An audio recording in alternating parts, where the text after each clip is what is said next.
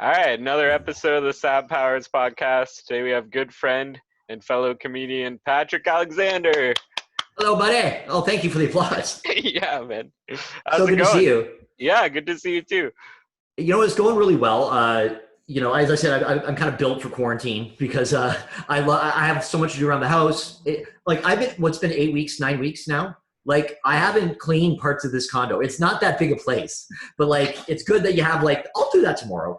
But I've been doing stuff online comedy, and I still work offline. So I've been really busy, but it's been okay. It's people just have to stay home. This is it's every kid's dream. You know what I mean? So, and I live alone, which is probably something to note because, I think if I were quarantined with somebody, that'd be a little bit harder. Are you with people? Are you with fam or? Yeah, my parents live with me. Yeah. Yeah. How's that going? So you're completely alone? Completely alone. For me, there's a loneliness element to it, but I mean, I go for a walk. We FaceTime.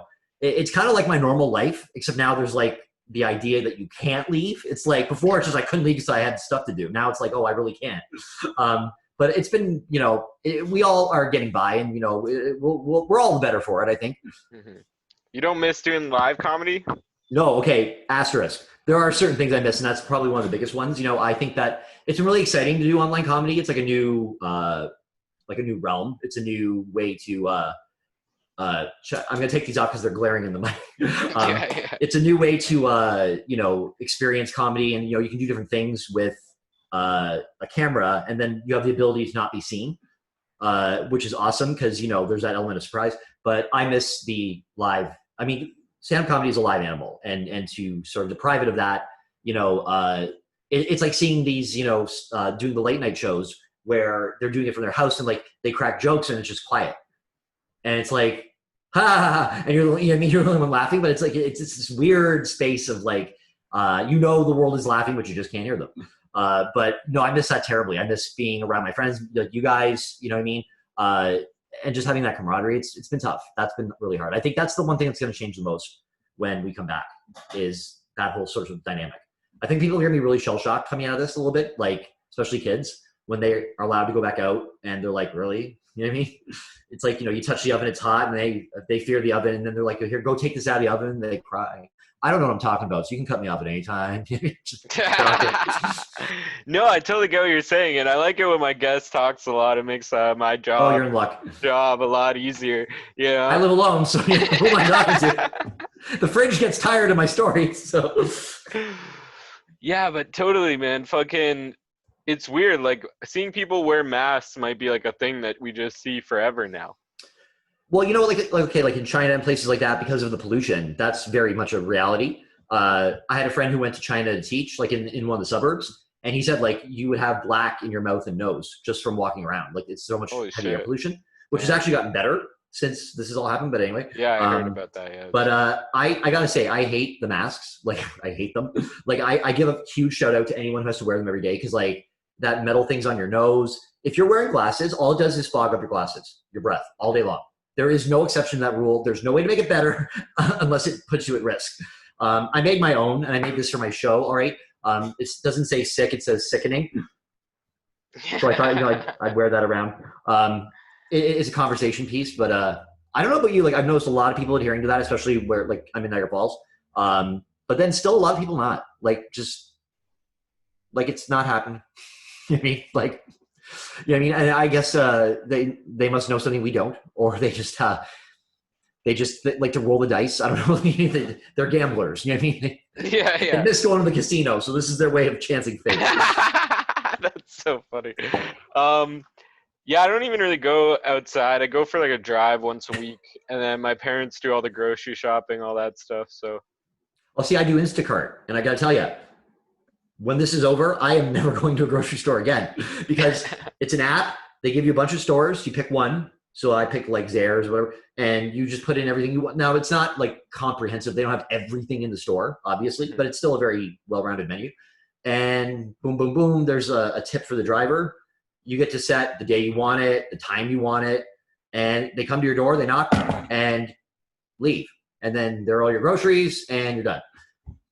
Wow, that's awesome. That's Yeah, so like, cool. yeah, it's you know, you kind of feel like, you know, maybe this is just for people who really can't, you know, leave the house, but no, it's for anybody. Like, Yeah. and we've all been sort of been aware and being awoken to these as this is happening because, you know, there's literally nothing you can't do with an app somehow. You know what I mean? Like, there's always an app for Yeah. something, for everything. If you don't want to even like turn on your lights, you know what I mean? Like, we can do that because apparently pressing a switch now is like so daunting. You know what I mean? Millennials are Yeah. so tired. They're so tired. Their fingers, you know, it's just I can't. So much. Yeah. Yeah. Yeah. Do you have Um. one of those, like the Alexa or the Siri? No. No. I don't either. Yeah. I don't want to give my house that much power. You know what I mean? Like, have you ever watched those sci-fi shows where like the house turns on them and ends up killing them? Yeah. That'd That's be a gonna be my funny thing. like new age like Scream or whatever. It's like Yeah. all the windows and doors are locked and stuff, and No, I'll tell you, the it murderer was an hacked H.P. your Lovecraft house. story. It's an H.P. Lovecraft story, I believe. He also did like the Veldt and stuff like that, where like the kids had that nursery and they ended up training it to kill their parents. Hmm. Classic of literature. This is what we teach kids now, by the way, because I'm a teacher. I taught that story.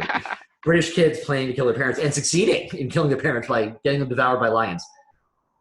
Classic. But the idea was the H.P. Love. I think it was H.P. Lovecraft or Ray Bradbury. It was about a house that again it had all these like new age. This was written in the 50s, like all these new age controls, but it ended up getting sentience and like just not liking the people, and would start to do things without their command. And then they realized it, and then there's this like this showdown. It's like the Amityville horror, but like with machines, and they end up perishing. On a Yeah. lighter note, On a lighter note, do you believe in ghosts? oh, absolutely, Tell me why. absolutely. Tell you why. Yeah. Okay. Oh, where do we start? Picture it, Sicily, 1922. No, you know what? I was when I was a kid. You know, we all had our interests. I was a big reader, but I love horror movies. I love horror stories. I loved anything that was scary. I really, really liked. And even my bookshelf now, like Oh no, you cut out. you know, that sort of thing. Like both like fictional, but also like real life, like stuff about like UFOs or ghosts or things like that. I was fascinated by that as a kid. Hmm. Um, and I'm pretty sure, and again, you know, I only tell this story to like select people and now anyone on the internet, that when I was younger, I saw at least two ghosts that I believe I saw. And both of them, one was in my house and one was in a place where I was camping. But it's one of those things where like, it's like one of my biggest childhood memories. I know I wasn't sleeping. You know what I mean? You do the test, you pinch, you know what I mean? Like you try to manifest something in the dream. I was Yeah. awake the entire time. You know what I mean? And I was like 10, so it wasn't like, you know, drugs. Like it wasn't anything like that. It was more, I had a bad dream. I woke up out of it and it was sort of still going in that the person who came to my room was there. And in the dream, it was my mother, so it didn't frighten me until I looked again and it wasn't her. It was like this shadowy figure standing in the corner, and it just sort of rocked back and forth, and it didn't really have any features, and it just stared at me the whole night. And I kept turning my light on and off, and like it'd go away in the light, and you turn the light back off, and I could see her again. And it was a woman. And this went on again. Like I'm gonna say, I can remember at least 3 to 4 hours of just being awake and like being under the covers and not knowing Wow. what to do, you Yeah. know, because you know I was in the middle of the room, so if I got off the would it be my right side, that's where the corner is. If I got off this side, it's such a small room. I thought she's gonna get me by the time I get to the door, and whatever horrible thing's gonna happen is gonna happen. So you're terrified, you're paralyzed in the bed, and I just kept turning the light on and off, and I kept thinking like this is crazy. Like how do I, you know, I didn't have a camera, I didn't have anything like that, so I just kept watching it, and then when the dawn came. I went across the hall finally and got my brother, who I'm pretty sure was only like half awake. And I said, "Can you see that?" And the sun was kind of starting to come up, and like she was kind of only a half figure now. You can only see kind of the top part of her because it was getting lighter in my room. And he said, "No, I can't." And I said, "Like right there." And like I was trying to like point out what, and he's like, "No." So I walked back to his room. Though when I came back, then finally she was gone. And I didn't even, you know what, and I didn't even tell anybody that story other than Tim, and I don't even think he remembered it at first, but like I never told anybody that story for a long time because I didn't know if people would think I was crazy or like if I even believe my own senses, which is so weird that, you know, you experience something and you go, I don't know about that. You mean like, but I remember that vividly. And another one, again, there's another one, we went camping, and again, my brother's involved in this one too. We went camping at the Optimist Hall, and I saw what was like moonlight shining on a door. And this white figure came like manifested out of that and was standing over my brother who was on the other side of the room in a sleeping bag. and I thought they were going to do something horrible to him. So I kept trying to like wake him up. You know, like you don't want to wake up the whole place. There's like 30 kids there, so I just like threw things. You know what I mean, like hoping they would hit him and he'd get mad. But I remember watching that for like a long time, and it just kept moving. It wouldn't come too close to me, but like it was a very distinct white shape. And this was like in the 80s. So like there was no adults in that room. I think they actually went home to sleep. I think they locked us in there. I think this was like scouting in the 80s. I don't believe anyone was actually there because I looked around for an adult and I couldn't find one unless they were sleeping in the utility closet. I don't know where they went.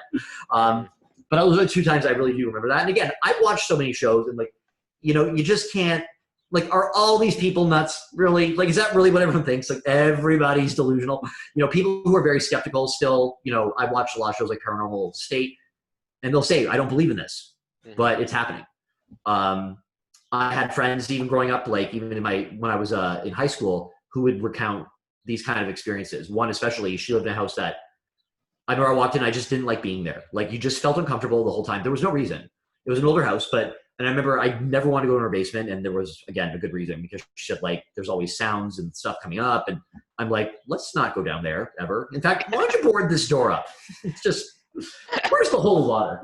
But that's why, and I think, you know what, I think for us as humans to believe that, you know, that is impossible is ridiculous. I mean, there's so many things that we don't see with our eyes, you know, like that happened up in the atmosphere, like, or like UVB and UVA rays, things like that. Like we didn't know until the 20th century. And yet for us to say, well, that can't be. Well, why can't it be? I think it plays on people's primordial fear. You know what I mean? Like that maybe death is something terrible. You're going to be stuck here.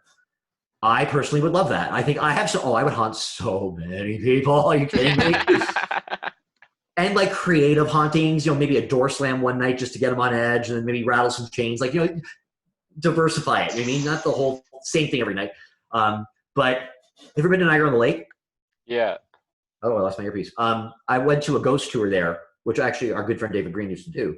Yeah, I've done that a couple times. And it's super haunted there. Like, oh my God.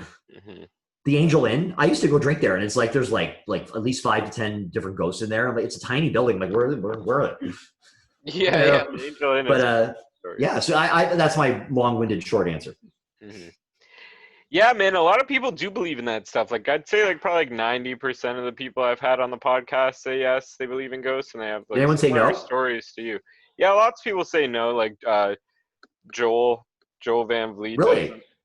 Tim, I don't think he does. Tim Patton? I forget. Tim was a while ago. Yeah, I've talked to so many people now. So then I'll haunt them first then. Yeah. Believe! You'll probably outlive Tim, I'm guessing. Tim might haunt you. It's like, all right, you were right. So what? Yeah. Sorry, Tim. Oh, man. We love that you, was Tim. a great one, though. That one has like over 100 views. It's like one of my few. Tim's? Yeah. Oh, I got to watch it then. I think it's just because of like the picture I chose as the thumbnail. It's like him all close, and he looks like Charles Crazy. Manson and Charles Manson and fucking Gandalf combined. Oh, that's awesome. Tell him that. I did. I put it in the description of the video. Love it. And Taylor's has like almost like 300 views now. I think that's just because it's the first one, though. Yeah, I would say, yeah. And again, he probably, you know, he's still, I think how old is he now? He's still in his 20s, right? Yeah, he's like 27, 28. Yeah, like he's of that age where like his friends are still like very much on the internet all the time. You know what I mean? Like my friends, like we have a house party like once a week, and like that's about it. You know what I mean? Like we have a Facebook thread that we talk on, but other than that, like some of my friends, like they barely go on at all unless it's for work.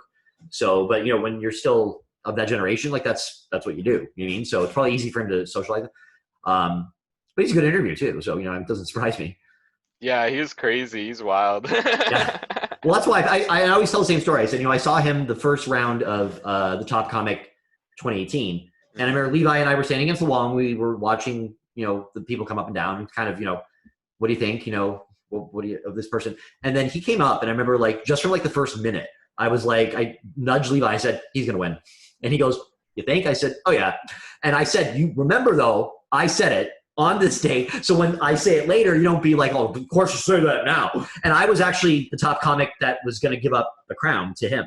So I wanted to make sure it wasn't some, you know, punk off the street. So I knew though he had it. Like he was like, he got right away, like no fear. just landed everything. He had the voices, like, so there was a kind of versatility of what he could do. And of the night, like, he was a clear standout. Like, and I wasn't a judge, and I just thought, if they overlook this kid, like, they're crazy. And I knew he'd make it all the way because he's fantastic. Yeah, he's awesome. Who do you think would have won this year if it didn't get canceled? You know what? I didn't see enough of. I saw 2 nights, and then of course, COVID. Yeah. And I saw a few like who had real potential. I have biases against people that obviously I'm friendly with who are in the competition. Like even last year, like I had about 3 people that I thought that it has to be one of these 3 people. Matt Scarfone, of course, is my cousin, but that did not sway my judgment. All right, Yeah. is somewhat in the bloodline. But in terms of how prepared he was and like how confident, like it was like by a hair, he was better than the other 2. I felt. This year, again, like I still think if I had to pick from people that I know, I would say like my friend Adam Wolchuk had a very good shot because he constantly calls me and he's like, I'm not ready, I'm not gonna be good, and I'm like, when are you not good? Like, point out. When was that show? Was I not there? And we all have our nights. Like I've had nights where it's crickets, but overall, he kills it, and he handled a heckler, and I saw that, and I'm like, yes, you learned well, Grasshopper. Yeah, he's so he's confident. Yeah, he's great, and like just talking to him outside the comedy club, he would always crack me up like crazy. Oh and yeah, he's got that same confidence and just talkative like that on stage too. Like, I think too, like because he does it both in drag and out. Mm-hmm. And I don't know which one I like better because when I did my show in the summer, the LGBTQ showcase, he came as Cassandra, and honestly, I walked in, looked this person in the face. And I was like, good evening. I walked, like, it was just some hot girl standing by the bar. And I'm like, she's dressed really evening for a cafe. Like, it was really sort of a club sort of look. And I thought, like, wow, where are you going after this? And he went, Patrick, it's me. And I was like, the voice comes out of his face. I was like, what? So I was astonished. But yeah. But like, Mitch McBodry is another one I thought would go very far. Had this, and I'm so sad it didn't. Like, that's one thing I look to every year. I thought maybe we'd do like an online thing. I'm like, well, that's gonna suck though. Like, I would feel cheated if that were me, that I wasn't in front of people. Mm-hmm. So we'll just have the 2020. It's basically a write-off year for most everything. You know what I'm saying? Like, so it'll go 28, 2019, 2021. Just yeah. Gap year. Yeah, it's hindsight was not 2020. Let's put it that way. Yeah. When comedy starts again, do you think you're gonna do COVID jokes? Oh, drink the water. Absolutely. Yeah. You know why? Because it's a shared collective trauma. It is not like, if you make fun of 9/11, you weren't there. We were all, of course, affected by it, but like people in New York City, for example, more so, or someone who lost somebody, but this has affected every single person in the world. And I think that, if you're going to do something like a tragedy, you can. But it has to be done very smartly and with compassion. Again, the rule that I learned when I first started was you always afflict the comfortable and you comfort the afflicted. Right. You never do the opposite. We can all relate to, you know what I'm saying? Well, because if you're making fun of those who are already downtrodden, you're a jerk. You know what I mean? Like, and no one's going to laugh. That's something that, like, if you and a bunch of asshole friends find that funny, you keep it to the ring of assholes. You don't bring that to the stage. Or if you're a little too soft, it's not a very funny joke. It's a joke like, someone would tell the staff meeting for fear of getting slapped with like a lawsuit. They want to be funny, but they don't want to be too edgy because some of the audience goes, what? And then, they're not the boss anymore. So I think that you can do it in a funny way, but it's got to be smart and it's got to be something we don't expect. You know what I mean? Like, if you're going to do jokes about like masks and, hand washing and, distance, it's like, okay, but how can you make that something that's not a cliche? And that's tough. And I've seen the people who do, again, like late night shows and stuff, manage. But they're getting material as it happens. Like they're doing a show that night and like this happened that day. You could default to Trump, but it's so easy. I don't even like speaking his name. It's like Voldemort. Yeah, it's crazy, man. But I think you'd be sort of not a global citizen if you didn't address it. Like I'm sure every comedian has a joke that they're going to do. When I did my show, which we'll talk about in a minute, I started kind of with a visual joke about, I had a gas mask on. But it was like, it matched my outfit. So that's why I wore it. Cause it was gray. I was wearing silver and it all kind of went. you don't have to suffer fashion just because, this is going on. But, that's the thing. Something like that is funny because we can all relate to that. No one wants to wear something over their face. You know what I mean? Or worse, these variations of these, masks that people are doing on their own. If you look up like homemade masks, there's a wealth of material. Like if people like in different places socially who wore like Halloween masks, let's say, or like their girlfriend's special products, but fashion them into a mask.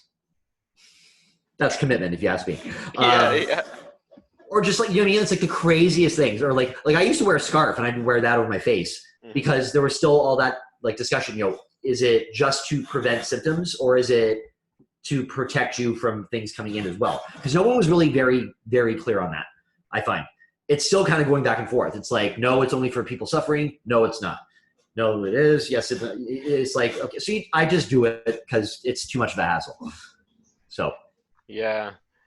Man, I hope comedy comes back, but even when it does, it's not going to be the same, right? Everyone's going to be so like weird and like. What do you mean? I feel like everyone's going to suck at doing comedy. Yeah, they're all rusty. It's like. Oh, you know what? Rusty, yeah. But you know what? Like, I always said, like, and I've gone through that where I haven't, like, let's say over the Christmas, usually it's really slow. So let's say beginning of December, I did something and then I don't go on to like the end of January. That is not the show to see me at, where it's like I'm forgetting stuff. I had a joke that I like starred. I'm like, this is the one I want to try. I don't remember it at all. You know what I mean? I'm defaulting to old material and not even sometimes good old material. It all that happens. But I think that people will be we won't be as, we won't take things for granted, like being in public as we did in the past. Which I think is so important because I think the gratitude people are going to have just to be out and to see people is going to be sort of a nice like honeymoon phase when we first come out, because you may find that people's, their usual level of assholism will go down because, they're just happy to see people again and, they'll hold doors. So, because we have to be so xenophobic of people now. We have to be like keeping our distance and, if someone's behind you in line, you're like, not too close, not too close. I mean, there's partitions up everywhere. You know what I mean? It's very weird. If you hand them money, they're like, because they want cards, they don't want money. Yeah. And I'm like, I'm sorry. Like, that's all I had. Sorry. But I think that I think people are so excited to like get this over with. I mean, I remember it was March 13th, I think, or the 10th. And it was the Friday of the March break for school. And we got the announcement that day that we weren't coming back for 3 weeks.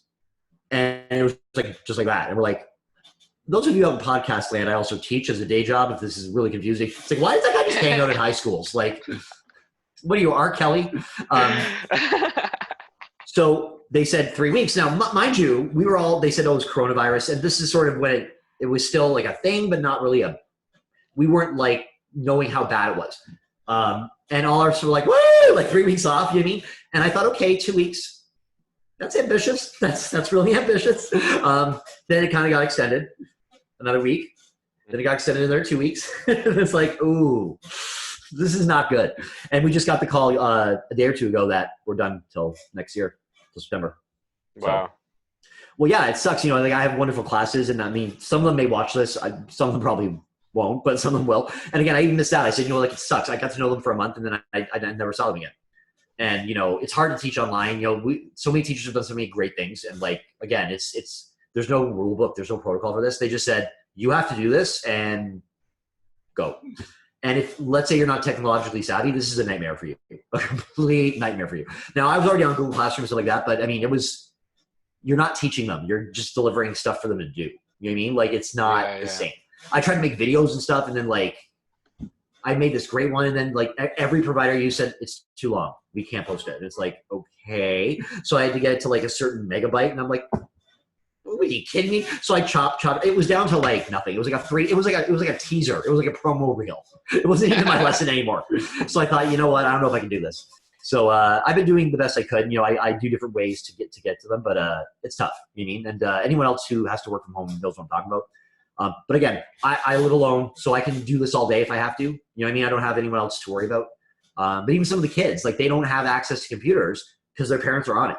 So they can't do their work until nighttime. So I was posting things first thing in the morning, and I'm like, is everyone going to look at this And they're like, well, sir, like, we don't get on till 4 o'clock. And I'm like, oh, good, I'll sleep in. Thank God you told me that. It's not like getting in at 8 o'clock in the morning, you know what I mean? So, but I think, back to the comedy thing, I think that, I think it will be different, but again, I think the whole world will be different. Not just that.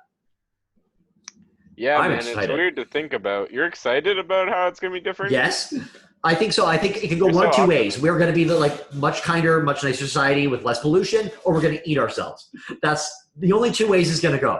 You mean we're either going to learn from this, or we're going to destroy each other, most likely. All right, but who knows? I think that, you know, people have, you know, we're living, like my parents, when they came to see me on my birthday, because I had my birthday in isolation, which sucked. All right, I'm not even going to try and sugarcoat that one.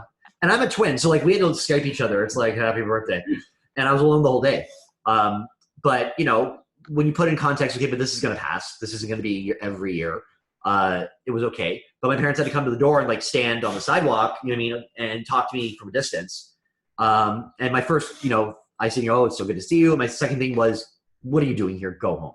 Because you know, they're at an age now where I said, like, you guys, you know, you're in denial that like you're kind of in the red zone here for this virus, and we don't know how it's being transmitted. So even though you're outside and you're only going back to the car, what if there's like a cloud of it, you know, just waiting around the corner, and you walk through it like walking into a fart, and now suddenly you have coronavirus. Yeah, so, dude. Holy shit, that's scary, man. But, you know, they miss you, you know, and I mean, you know, any parent will tell you, yeah, of course, you know, it's your kids. But I said, you know, like, I'm fine. Don't worry. Like, I'm home alone. I got my house. I got Netflix, and, you know, I'm doing good. I actually think, like, I was very sick. I don't know. I wasn't really around in December because, like, I was so sick. The last week in November into December, I was sick for about a month at least. And I missed, like, I would say 2 weeks, almost 3 weeks of my job because I had a severe acute respiratory upper infection. I think I mixed up those words, but put them all in a certain sequence. And that's what they told me I had. And I have some family members who work in the health field. One, especially, he has got his PhD in immunology, my cousin Alex. And he said, yeah, you probably had coronavirus. Like, they didn't call it that then, but that's pretty much what it was. And if you look at all the symptoms, like the coughing was so bad, like I annoyed myself. I was like, will you stop coughing? But like, I couldn't stop it. I couldn't sleep because it's like a dry, very shallow cough. There's no like phlegm. It's like right up here, and it's dry, and it's like staccato. It just will not stop. I couldn't speak. I couldn't speak more than 4 words without coughing like incessantly. And then thinking, will you stop coughing? And nothing worked against it. Nothing that I took. The fever was brutal, and I couldn't do anything. Like, I didn't even watch TV. I would sleep all day. I'd get up. I'd try to eat something small. Go to the washroom, lay back down. And I mean, sleep for another 4 hours. I'd get up. Like, there was nothing. I couldn't even read a book. Nothing. For at least, I'd say 10 days, at least. Damn. And they said it was pneumonia, which it probably turned into pneumonia. But again, everyone, this is just a speculation. You know, don't write me and say, you know, you're spreading false theories about coronavirus. You have it and tell me what you think it is, right? Because coronavirus can lead to pneumonia. It can create pneumonia in you. So I asked my cousin, you know, am I immune? And he's like, no. I'm like, oh. He's like, it's like the flu or the flu or the cold. You can get it again and again. But he said, if you did, like, you may have antibodies now in your body that now are aware of it. So that's a good thing. So, right. But I'm telling you, it was horrible. I survived, but it was horrible. Like, it was rough. So all those people, and I've met so many people who are like coronavirus deniers. This is a reality, and they're saying it's a hoax. I said, so what? My cousin is suffering from a hoax right now, like that coughing, the fever, it's just what part of the plan. Like, what are you telling me here? Like, so he's in the Illuminati, and I just don't know. Yeah, they're all for years now. For years. Oh, fuck. So it's just, you know, it's, you know, a social phenomenon that, like, those are the people that I'll be gunning for. Those are the people I'm going to make fun of because, frankly, you deserve it. Yeah, it's crazy, man. There's always going to be, like, conspiracy theorists about everything, it seems, no matter what. Well, I mean, okay, like, let's say it was made in some lab, all right? What is the end game here? That's why I asked them all. So you're saying they did this on purpose. Why? They say a distraction. I'm like, from what? What could be worse than this? All right, you know what I mean? Like, at least with a nuclear bomb, it's over. You know what I mean? Like that. Right. Like, you know what I mean? Done. This is now just, you know, delayed just suffering. How about this? They did it to like save the world because, like you said, like the pollution's down everywhere. Fucking Yeah. gas is cheaper. You know People what? aren't Like, wasting money on stupid shit as much. Crime is oh, down. and you know what? And that's what I can't wait to do when I start is going back and shopping for crap I don't need. But I think that it's a way for them to make sense of the chaos that's happening. Mhm. So when something happens and you don't have any way to sort of comprehend it, there's a safety and a comfort almost in figuring it all out. And even if it's something like a big world conspiracy, at least then, even though it's absurd, it makes more sense than people are just dying because this is a terrible virus. It's very infectious, and old people and young children are at risk. That for some people is too much to handle. So they'd rather it be UFOs and secret conspiracies because that to them is safer. That now, oh, I get it. It's always this enemy now that they know. It's the devil you can name, as opposed to something they don't know and they can't control. Hence, people, thinking that it's something nefarious. Or on the flip side of that, they know it's real. They don't care. They just want to get back out there and, open up. Because to them, making money is more important than health. And it staggers my imagination. Like, I'm watching all this thinking, you only had, like, they're saying, I'm going to go bankrupt in a month. I'm like, so you only had a month of life savings for something like this. Like, that's it. Like, this 1 month has literally ruined you. And in the United States, and I'm not saying it doesn't happen in Canada too, but like some people in 1 month were almost on the verge of like bankruptcy because they couldn't work or they couldn't open their shop or whatever like that. And I'm thinking like, that's not good. Like, that's not like when they say for a rainy day, like it's pouring, like this is it. This is the rainy day. Yeah. And they were more concerned with making money than health. And I'm like, you realize you can make the money. You're not getting your health back. Like that's not a thing. You can always make money. You can't ever, unget this virus or give it to somebody. So that's the thing. It calls on people to be compassionate for people they don't know. And that's always a big one for our society is they have to be thinking of other people and not people they know. And that's tough for some people because they're like, some people don't get insurance for that reason. Or it's like, well, I don't care if, you want to stick a needle in your arm, that's fine. It's like, well, so you're saying your taxes only go to heroin addicts. That's what you think? Like, really? Yeah. For medical insurance. Here in Canada, I think that we were not as panicked because we have healthcare, obviously. But if you didn't, and this was also going on, like, I would be terrified. You know what I mean? Like, because, well, one, they probably couldn't see you anyway. But, like, even if you got it, it's like, what option do you have? You go bankrupt or you die. Like, that's just it. Mm-hmm. So this is getting pretty heavy. I mean, we're getting right into the issues here. You know what I mean? Like, we're on Nancy Pelosi. I love it, man. It's fucking great. I want technology to just like stop right now. What do you think about that? Like, I think it's getting too crazy. like cell phone technology or just technology in general? That's a big umbrella. Technology in general. Yeah, I feel like everything's good enough. Let's just chill. Okay, not so, because I got a few things that's like, you need to improve this and fast. Like, I think I have an iPhone, it's great, but you can't tell me that they don't build those things to break. Like, the actual ergonomics of a cell phone is for you to do this and then drop it. That's the entire, there's no edge, there's no grip. You have to buy a grip to hold it. So they're making, it's like a Fabergé egg. And then that you can text on. And then when you do drop, like I just dropped my iPad for the first time in 12 years. And on St. Paul Street, I might add. And when I say on St. Paul Street, I mean on the actual street, on the road. I dropped my iPad and it shattered like a bomb. And I'll tell you something though, it still works. Not well, but it still does. It still turns on. It's all shattered and jagged, and I cut my fingers when I use it, but it still works. But the idea there is that thing when they first made it was great. But now it's not updating. Like, they won't update certain things. And I realized when I counted back, it's like, oh my God, this is like 12 years old. Like, it should have been like, that's dead in technology terms, like dead, long dead. So now I have to get a new one. But I think that technology is always misused. Like, we have the ability to use technology to better ourselves and our world. And all we do is, make like TikToks or, it's a culture of vanity. And where's my jetpack? Where is it? Jetpacks exist, I think.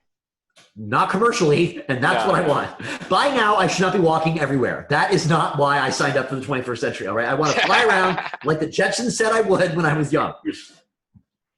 A friend of mine, a very good friend of mine, blames this stilling the progress of this on the 60s and on hippies. In that, had the hippies not been, we would have been a lot further in our progress, and by now we would have had jetpacks. Because of the hippies, now we don't. So all the flower power, I'm still walking everywhere. That's a funny theory. I like that.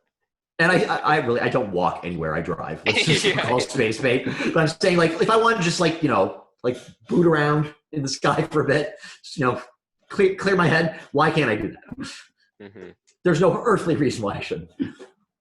Would you get a chip implanted into your brain if it was, like, going to make you, like, a superhuman? Think about what you're asking me right now.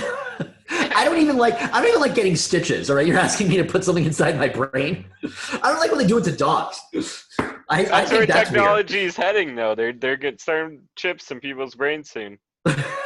Well, you know what? Again, I'm not going to be the first guy that tries that out. I'm not patient zero for that. No way. Because you know, something happens, like, you know, the power goes out, or, you know, I get a zap of electricity and I, like, pee my pants and have a stroke. Like, no, I'm not doing that.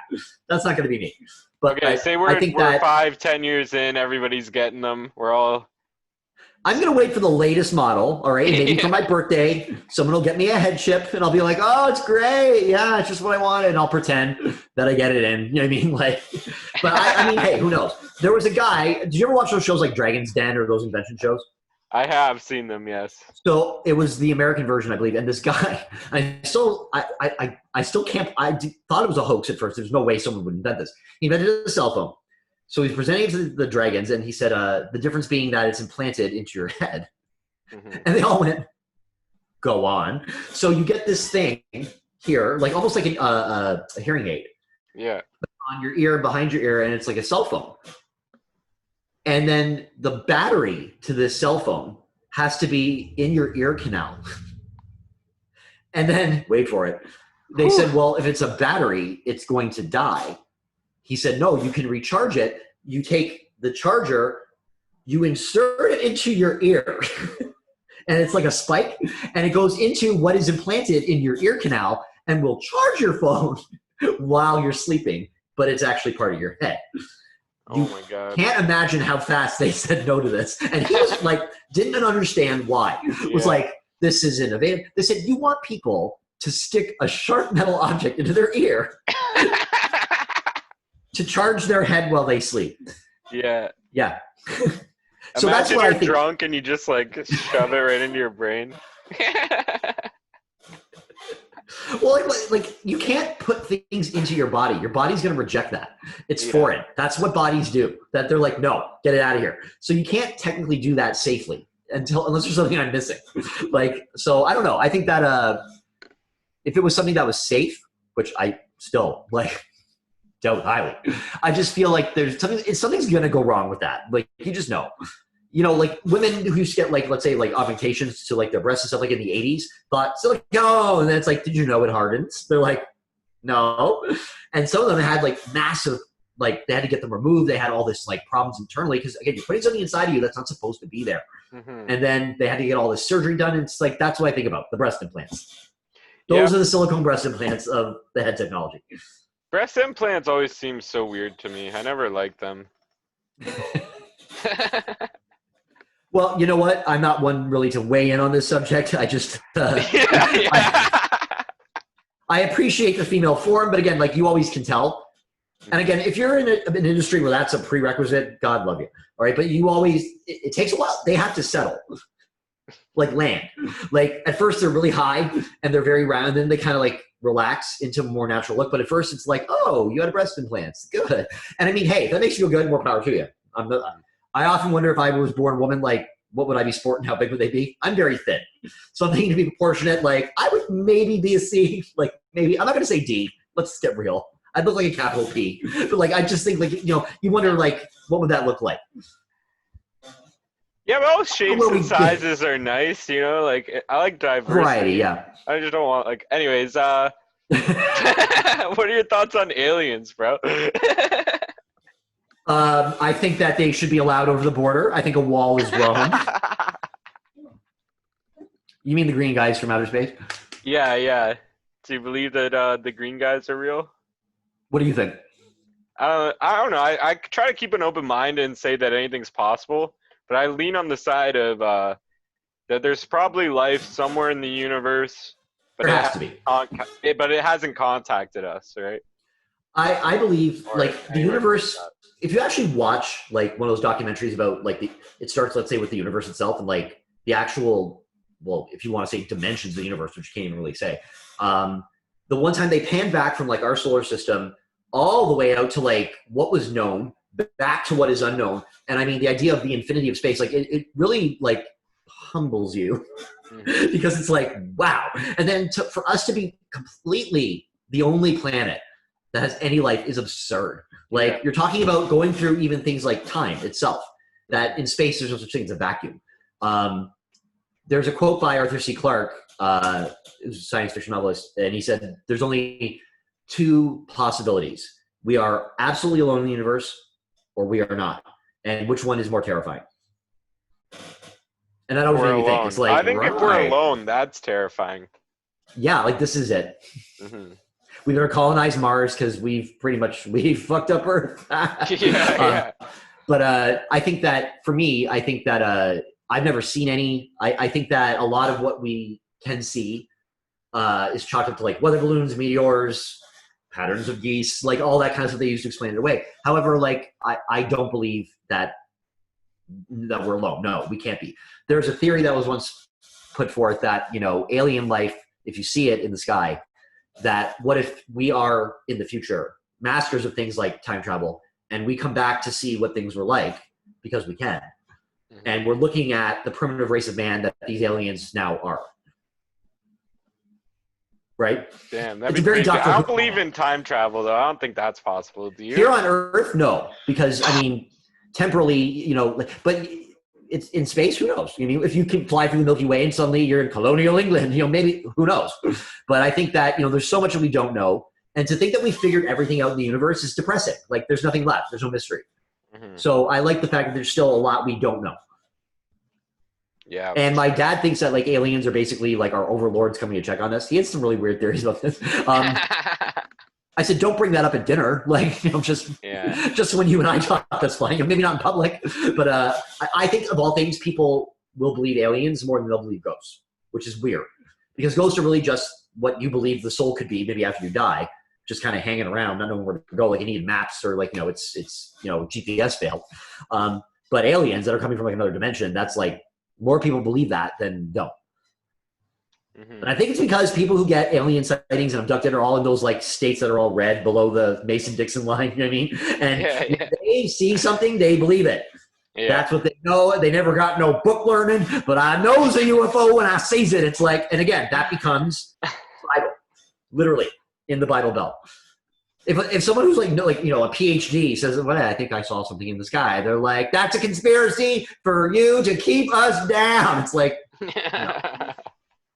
Back to coronavirus. But I think that it's impossible. We have to have something. And I frankly, if they're listening, I welcome you. Welcome alien overlords, all right? We haven't really been getting it right. Show us what to do.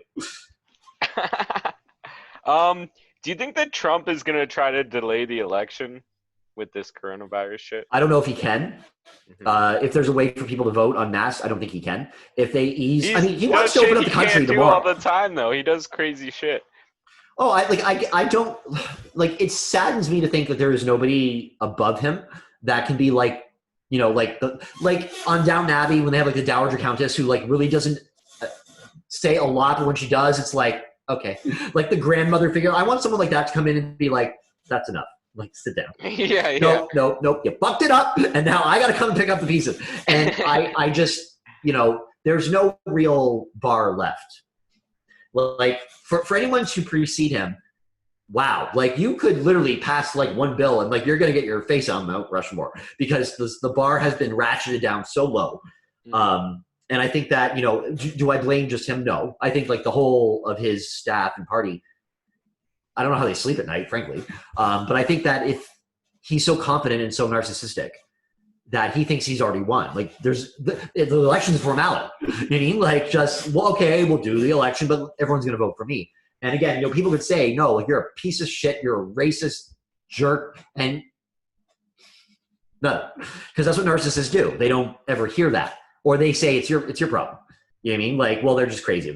So I think that if he wants to delay the election, it would be because he literally can't because of like social reasons. But I mean, he wants to open up the country like today. So like by the time November rolls around, like, you know, who knows? Like he wanted to open up the whole thing like in 2 weeks. And it's like everyone said, no, let's not do that. But I think that I'm 50-50 optimistic that he will be defeated. But there's that lingering gnawing voice in me that says, you know, but he won the first time, and, you know, the people who support him are just like, they support him no matter what. There's not one thing he can do. There's not one shred of evidence that can be presented that is like clearly this is what happened, that they will accept to topple the idea that he is their best president. Even the face of like these taxes these things that he's done, profiting the upper class and basically hurting them terribly, they still think that he's in their corner because he touches on a nerve that is very deep in that country, and he unites them, but for the worst possible reasons. He unites them for things like rebellion and for racism and for xenophobia and for doubting the media, all these things that basically create like a dystopia. Like read 1984, it's all there. He probably hasn't. I guarantee you he hasn't. He may read the cliff notes of 1984. But like that's basically what happens. When you make them distrust the media, that's where it begins. The minute he said that was fake news, like my heart stopped. I was like, oh my God. And now every time I don't argue with people because they're facts. You don't argue a fact. I present a fact. But when I present them a fact and they say it's fake news, like I can't even handle it. It's like, no, like, do you understand? Like I have relatives that are journalists, and the strict and rigid and, you know, ethical code they follow to report the news accurately. And in one fell swoop, he erased all that, and he made all these people look like the enemy. Now, are there bad journalists out there? Sure. Are there trashy, you know, tabloid? Sure. Are there people that misinform? Sure. But that is, again, a very low, probably decimal percentage against the actual mainstream media with all the checks and balances. Just because you say it's fake doesn't mean that's fake. And this is the culture we're now in, is that if you don't like to hear something, that's not real, it's fake. But again, okay, well, show me where you got your information. If you can't show me on a trusted source, like why, because I can pull it up right now where I got my information, like from like government documents that are open to the public. You are going on what some guy told you in the mall, you know what I mean, or out front of the gas station, where you probably went and bought, you know, hash or whatever these people are doing. That's now your Bible. That's the worldview, and I can't take it personally. It's hot in here. Oh, I love that fan. That's sick. It's my number one fan. That's amazing. That looks so cool. It really is hot in here because I have all the windows open because I love fresh air, but, you know, people. But now it's getting like kind of sultry. I think it's gonna rain. So tell me about your Zoom show that you do. Oh, that whole thing. Yeah. Well, I do a show called On the PA, which is something I tried to do on the internet. I tried to do a YouTube series, and like one episode took me almost a month to do because like just me, like I'm doing it, I'm shooting it, I'm recording it, I'm producing it, I'm editing it, you know, doing all the sets. It was fun. It was a lot of fun, but I could probably only do like, you know, 2 episodes a year. So they have to be more like specials. But I love doing it. It was really fun. And what started doing this was I did Joel Van Vliet's show when he was hosting, I believe it was TMI, don't quote me, but he was hosting the show, and he called for submissions, but he wanted like more sketches than anything else. And if you were going to do comedy, I had to come and do it live, like on Zoom, which I'd already done. So I thought, well, a sketch would be kind of cool. You know what I mean? Like I did one for Hilarity and Horseshoe. And do you know, I've never seen my episode still to this day. Yeah, never me seen too. it. Me too. Yeah, I don't think anyone has. Remember Jen was going to have that watch party and then COVID? And then I know, never that would have happened. been sick to have the watch party. Damn. Maybe one We day. still can. Yeah. This will pass. But what happened was I did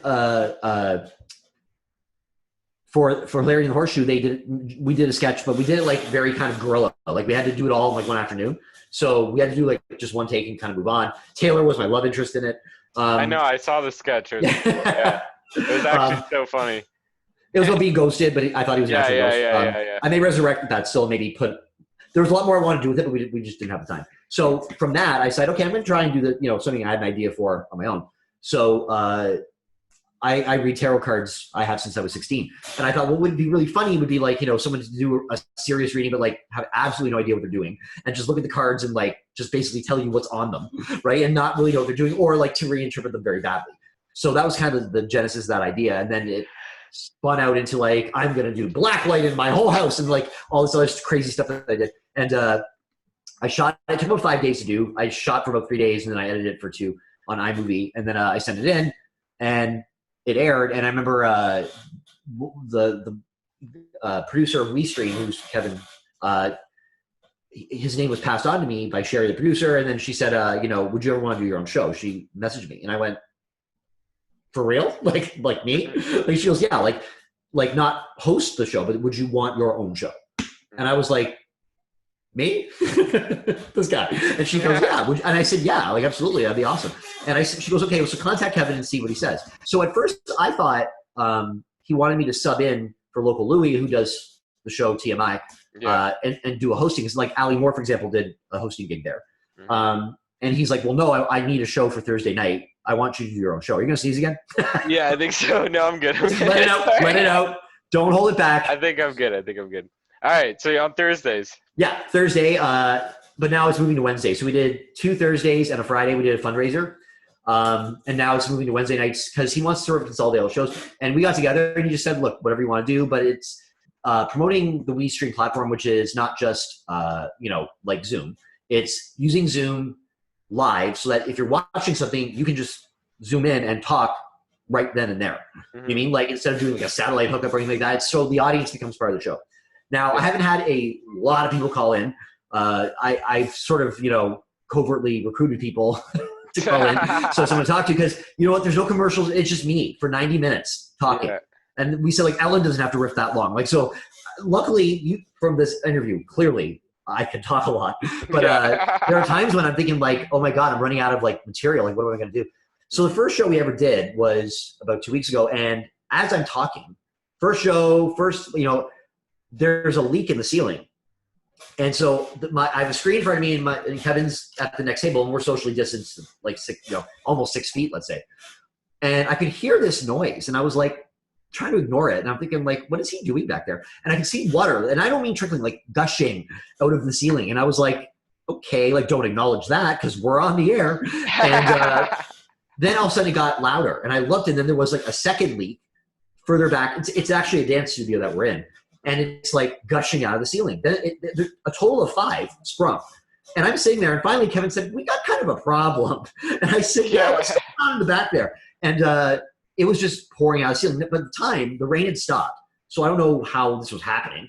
Like, was it a pipe? So we had to call the owners of the studio. This is all happening while I'm talking, while I'm on the air. So the owners had to come and like assess this because it's a dance studio. It's a hardwood floor. So had we not been there, this would have happened and they would have been gone for like 3 days.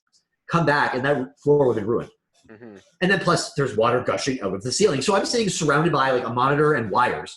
And I'm like doing the show and like he's dealing with them. And I'm thinking, could you maybe just like wave when I'm about to be electrocuted just so I know?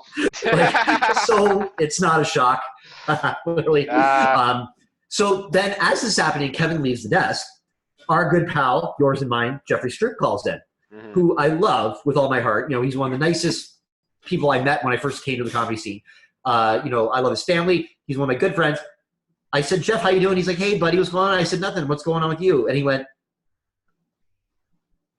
and I went, oh, shit, his mic cut out. So he said probably something really nice. He kept talking, and I'm looking, and I can't reveal at this point, because Kevin's not behind the desk, that there's no sound, because then you have dead air.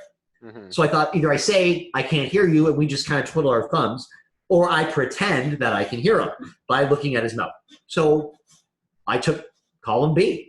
So I'm sitting there doing this. And he's talking, and then finally there was a pause, and I was about to say something, and then he went, and I'm like, God forbid he asks me a question, because I'm just going to start like talking and not answer it. Look like I wasn't paying attention. So I think at one point I said, thanks Jeff so much, it's good to see you. And he kind of went, because I think he like was talking about something, and I kind of like changed the subject really quickly and moved on. And I said to Kevin finally, and I said, Kevin, we need the audio up. And then after the show, he watched it back because during this whole thing, he wasn't watching me. I was literally alone on live stream doing the thing. And after he said, like, no, like, you handled that really well because, like, most people would have said, oh, I can't hear him, and then you're done. But he goes, I wouldn't have even known that his mic had cut. And I said, So well, the Jeff audience knew could all still hear Jeff? they heard him. Nothing was wrong. Oh, wow, okay. I could not hear him. So what did he say? And Did you watch it back and we see what he no. I'm having my show this Wednesday, right? He's my first interview. And we're going to look at that clip because he told me there was a certain point where I was talking about something and you completely changed the subject. I couldn't hear you. I said, past, hey, bud, how's it going? Gone. I couldn't hear a single thing. So and we laughed because I said, like, I want to see now, like, the face I was making because it's kind of like I kept looking for Kevin, but at the same time looking interested in what he was saying. But also the monitor, it's showing me the feed, but it's crossed. So now Jeff appears here on the screen, and I'm looking this way, going like this. So not only can I cannot hear him, I'm actually looking in the wrong direction. So all in all, it was an epic first show. That's great. Epic. So I'm hoping to, like, get more people calling in, but I showed my sketch on that show, and I wanted to do a sketch for every show. Not gonna happen. So maybe like every other show I do one because if I can bring people in to help me, that's one thing. But now because of COVID, I can do it by myself. I like doing it by myself, but it takes a lot. It's like at least a week before I can get something done. Mm-hmm. And I'm still working. I mean, kind of. Yeah, for sure. So you marking papers? Yeah. Like, not while I'm doing this. But it was a lot of fun, honestly. It's a great platform, and I think that it's the future, I think, of entertainment in terms of television. This is the way it's going to go. People aren't, watching sitcoms, they're not watching traditional TV anymore. It's all about what's on. Everyone watches. My kids I teach watch, like, YouTube. They watch Netflix. They never watch cable shows anymore. Yeah. Very rarely. And the fact that you can interact with it, I mean, there's a whole sort of wide universe there that is not being explored. And I think right now it's just people don't want to call in because, like, they just don't want to. They don't want to be on the internet. They don't want to, you know what I mean? So the first episode, I didn't tell any of my friends, if you're in the Zoom room, I can talk to you. Mm-hmm. And it was funnier that way because I would just click on them and they're like, can you see me? And they're like, yeah. That's awesome. My one friend was actually in the tub, and she's like, if you clicked on me, like, you would have seen me in the tub, completely naked. Oh, my God. So how do people watch this, on Facebook? Yeah, so you'll get, if you like and subscribe to the Facebook page of WeStream, WEESTR. I think it's streamed with an A or an E. I'm never sure. I'll try to put the link in the description. Yeah. They'll give you notifications, and it's just like, click here. Boom, show's on. And they'll play it for 24 hours after, like on a taped loop. So you can watch it anytime after if you didn't get to see it live. And if you want to talk to me, if you want to be in an interview, and again, I'm not going to put people on there and be like, so who are you voting for? Quick, and make them on the spot. It's just, like, my second episode, my topic was dreams. Like, what's a crazy dream you've had? Why did it stay with you? Because I read a lot of books on dream analysis, and I'm really kind of good at it. Like, I've blown a lot of people's minds because it's all symbols. It's like looking at a book. And what's, how do they all kind of come together? Okay. To you, let's say it doesn't, like, you'll just dream, like, well, I'm walking hand in hand with Jesus Christ through a field of burning trees, and, my grandma's there, but it's not my grandma. All of that seems random, but if you look at what it all means, it actually probably means all the same thing. It's trying to tell you the same message. But I get a lot of people phoning in because, again, like, it was kind of weird. It's at 7 p.m. at night. Not a lot of people knew. And then if they were watching, I don't think they want to be on camera. They want people in home a long time. These are some like nasty ass haircuts or lack thereof. There's beards. I mean, like, a lot of my relatives and female friends, like, they don't have any color in their hair, so the gray's coming out. They're like, I'm not going on. So I think a lot of that is just vanity. But at the same time, that's funny. That's funny. I want to see the grow out. That's what I want. I just did this to my hair today. It's purple. Because I'm alone. Why not? Washes out in about, they say it washes out in 2 washes. Let me tell you something. I did about 8. So, but again, who cares? I'm home alone. Who cares? Who's going to see me? But that's it. Yeah, it's called On the PA. And again, you can find it on information on my social media or on WeStream. And again, like, it's just, it's a lot of fun. It's a blast. It sort of scratches that itch for me to, have all the attention on me, at least for a little while. And I can talk to, like, my comedy peeps. I mean, like, you guys can come on. I want you to come on Wednesday. And, it's a great platform to promote things. because people are doing some awesome stuff with comedy with the online platform. I think Mm-hmm. I keep losing this thing. You notice, like it's like Yeah. one ear is like shallower than the other. Mm-hmm. There we go. Can So you yeah, I'm lucid really dream? excited about it. Sorry. Can you lucid dream? You know what? You can train yourself to do that. I can't. In that, I've never tried to train myself, but like for my brother, for example, he's my twin. He's had a few where he knew it was a dream Mm-hmm. for a while, like, and things were happening, and he could control what he did. For me, if I find out it's a dream, it's over. Like the plug is pulled. You know what I mean? It's Yeah, like it's that's hard to it. get past Looking that. behind the curtain, it's like the Matrix. But I think that that's like something that fascinates me. It's like how do you like, and there's ways you can do it. I just, it's a lot of discipline. It's something like I would see like monks doing, because like that's their life anyway. But it's a mystery, because people don't know why we dream to this day. Like scientists can't tell you why it happens or why we even need it to happen. We don't need dreams to like survive. It's not necessary for functioning.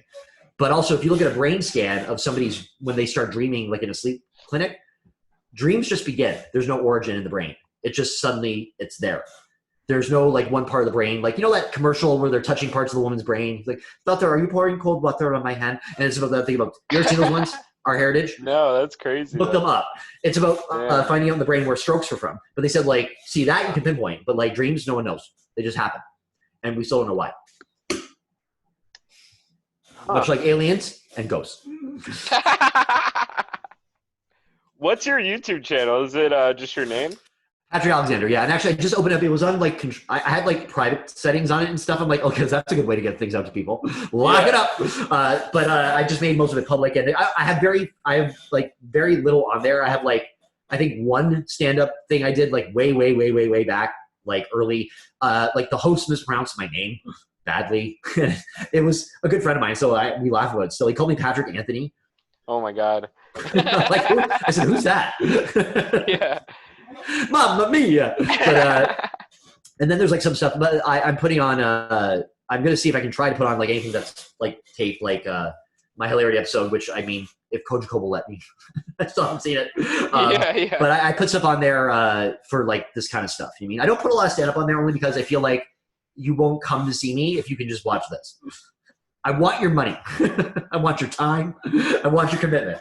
So come to the comedy club. Well, for me, I have like a lot of people that watch this that live like all over the place, right? Yeah.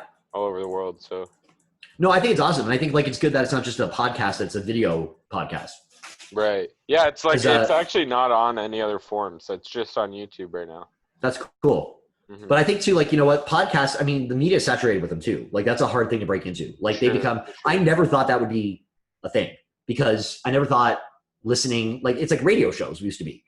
That's what it really is. Like, when you can take them anywhere and you can drive, you can't drive the radio in the car, like old time your radio with like sitting into your Chevrolet. But you can listen. I listen to podcasts all the time when I'm driving because it's like someone's there, or you know what I mean? Like you're kind of, it's not like music, right? I drive a lot faster when music I like is on the radio, especially like if it's a bop. Like, oh yeah, like I'm breaking that speed limit hard.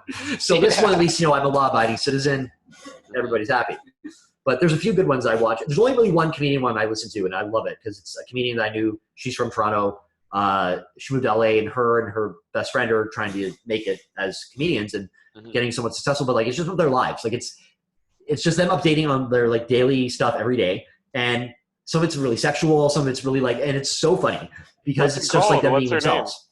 It's called it's the comedian, you might remember her name's Deborah D. Giovanni. Oh yeah, she's amazing. She was on those much music shows like Video on Trial. Yeah, exactly. And I've seen her a couple of times, and I'm like the biggest fan. It's called Killing Time with Zach and Deborah. That's awesome. It's so funny. And I mean, like, you have to watch. You kind of have to listen from the beginning because like they'll start talking about stuff that like I've watched listened to every episode. You would have no idea what they were talking about, like because they've already talked about it for so many episodes. But it's hysterical. It's hysterical. I just loved her comedy. And I loved his comedy. He's gay. She's the best friend. And again, like gay people, so we have that dynamic. Everyone has that Will and Grace dynamic somewhere that they have that, that friend they always talk to and, give advice to and vice versa. So it's really cool, but they're just funny people, like naturally funny people. So.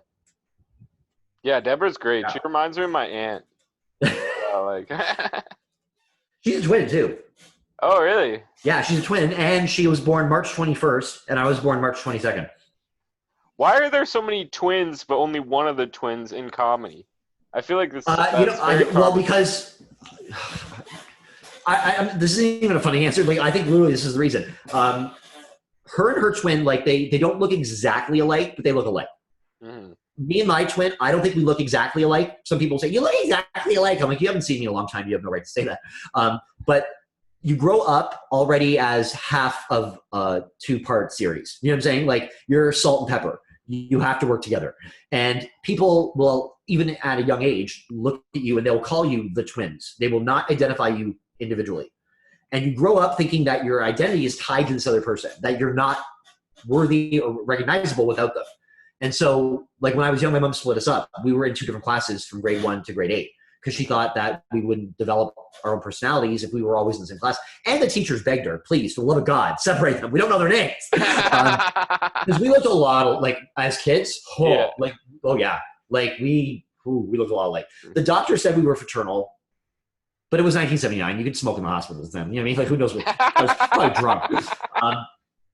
So I think that's the reason. I think, like, one wants to sort of make their mark in the world one way and one the other. And it kind of sucks when, like, you come to that conclusion and it's the same thing. You know what I mean? Like, he and I are both, we're both teachers. Like, Yeah. you know what I mean? We went to the same, all that. But he actually wanted to be a teacher. I never did. He just said, this is what I'm doing. And I'm like, okay, I don't know if it's for me. And I had no plans. Like, after university, from university, they said, well, what are you going to do? I'm like, stay out all night. And they're like, well, no, like, in life, what are you going to do? I had an English degree. You know what that means? Nothing. Like, so you have to kind of find out what you're going to do with it. So they said, well, it's 1 year. You'll always have it. It's an expensive year. So I went, and it turns out I had kind of a knack for it. And, 16 years later, here we are. But, stand-up or the arts is something I always wanted to do. Like, that was always my first real love. But to me, I thought, well, I don't want to starve because I love food. Like, I do. Like, it's not in me. And I thought, I'm going to get a job that's good. And, like, I can do this, once I get something that's a little more stable. And luckily with my job, I get to do quite a bit. Not always. Sometimes it's like, don't talk to me in May and June. Like, that's not time to ask me to do stuff. But it's been really good to support that. But I think back to the twin question, I always wanted to do this, and he had, like, absolutely no desire, like, none. Like, even when this was happening, everyone asked him, like, would you ever want to do that, or would you ever? And he's like, no, not at all. I even have friends who said, like, if I knew you were doing, I did the stand-up comedy course at the Second City building in Toronto. Right. And they said, well, if you had told me, I probably would have signed up with you and, like, done it. Cause a lot of them were kind of envious that I had done this, but, it was just something it was a bucket list thing. It was something I always wanted to do. And I thought I regretted it for years. I was like, just do it now. Just do it now. Just do it now. And then David Bowie died, and that kicked my ass. Cause it's like, look, he did everything in his life artistically, and, like, he only lived to be 69. That is not a long time, really. Like, my dad's 69 right now. And so you better, like, you could be the halfway point of your life. You could have passed the halfway point of your life. All right. I'm talking about me, not you. You're going to live forever. But, and I thought, okay, yeah. What am I waiting for? So that's why I started it. Yeah, that's awesome, man. I performed at Second City once. I actually even put the video up on YouTube and stuff. Was it in the theater inside? The John Candy Theater? There's like 3 theaters or something. It was like the smallest room of the 3, I think. Is it like a little raised stage with a red curtain and, like, seats? I think so, yeah. That might be, yeah, because that's the one we used. It's like, when you go in, it's like, that's the only one we had access to. They didn't let us in the other 2. It's like, no. But that was where we did most of our stuff. So it was like a real kind of atmosphere, right? Yeah, so it was really cool. Good. It was a good time. Do you remember your last comedy show? Where it happened? Yep. How you did and everything? Was it good? Wait, hold on. I've got 2 in my mind right now. It's like, which one came first? It was January or February. I'm going to say January because I think in February I just started a new semester, and for at least 2 weeks, it's like I can't really commit to anything because, like, I had so much to do, and then COVID. All right. But I think it was in January, and I think it was at Showtime. I think I have to check my calendar. I have a calendar upstairs of all the dates I do, so I'd have to check it. But I remember, like, what I did. I don't remember where it was. I'm almost positive it was Showtime, though. I'm almost positive it was Showtime. Yeah, Showtime was awesome, man. That was my favorite place to perform for sure. Well, again, like, I would be nothing where I am without them, like without Mark, without David. Like they were the ones that said, like, you know, they believed in me when I didn't believe in me. And I did the stand-up comedy course was a great way to start because it got rid of my fear of doing it, because I'm somebody, like, again, I like school. You know, I want to be prepared. I never want to seem unprepared. And they taught you all things that you should and should not do, like when you go to an open mic. And every time I go to an open mic, I see, it's like, yeah, that's what they're doing. And like, yeah, don't do that. Like, don't tell long stories when you have 5 minutes, because if it sucks in the first 10 seconds, it sucks for the next minute. And you have to keep telling it. And that was what I see a lot of people do. You know what I mean? They kind of mimic like professional or celebrity stand-ups who have like an hour and a half to do whatever they want and have been seasoned and road tested and, you know, do this now all the time. And they want to do that. It's like, well, you can't do that though. Like, you only have 5 minutes. You got to hit it pretty hard. So taking that course and then going to Showtime, that was like, again, it was invaluable to giving me confidence. And, you know, then Mark said, you know, why don't you enter Top Comic? And I was like, again, I had been doing stand for like 5 minutes when he asked me that. And I'm like, are you high? Like, I mean, like, there's no way. And if I didn't do that, you know, I wouldn't have taken any of the chances that I did. So I you know, they were tantamount to my success, paramount, capital. But yeah, it'll be there again. You know what I mean? It'll all come back. The fog will lift. People need to laugh. Yeah. Did winning Top Comic like help your comedy career at all? Oh my God, yes. Oh my God. Like, I think I would have like done okay, like plugging along by myself doing it. You know what I mean? I think you have to really want it. I think you have to work at it. I think you have to do it often. Down here we have great open mics starting, but like we don't have like a Toronto where there's like 10 open mics every single night. You could go so many places. You could do like several in a night, and a lot of people do. As long as you can get the TTC and, you know, you got your Metro Pass, you're fine. And in the summer, I used to kind of do that kind of thing. I'd go up there for like a night and just see what I could do if you could get on. But again, sometimes the time frames are too tight and things like that. But winning that gave me like exposure, first of all, but also confidence, because, you know, I went from doing that to like doing the first Ontario Center in front of 400 people. You know what I mean? Like, and it was a rush. It was awesome. You know, I still remember it was one of the greatest nights of my life. But I think that, you know, the more you're seen, the more people remember you. And then like people who can do things for you see you. So, you know, someone wanted to do a story about me in a paper after they saw that night, they asked me. And someone wanted me on a podcast, you mean, because they were all at that same show, one show. So I think that winning that and getting just that title under your belt, yeah, absolutely. It's invaluable. And I think that if you work hard enough at it and you do enough of them, you can. In the States, for example, like in Canada too, there's a lot of different competitions you can enter, just if you can pay the admission fee. Like there was one I wanted to do myself, but COVID, and it was in the States. And again, you send in like a demo or a tape. I'm from the 80s. Like a clip on the YouTube, let's say, of you, and you fill the form. It's like $40 to enter, and you get to perform on one of the shows, right? But it's like you can get a lot of exposure. You can do that, right? I have summers off because of my job, and well, I've had now this entire year off basically because of my job. But it's a great way to get yourself out there. But I think like you have to really, really hustle at it. If I didn't work full time, I would hustle a lot more than I do just because I can't. You know what I mean? Like I have a day job. And I think that winning that again was, and for me, it gave me the idea that no, like you can do this.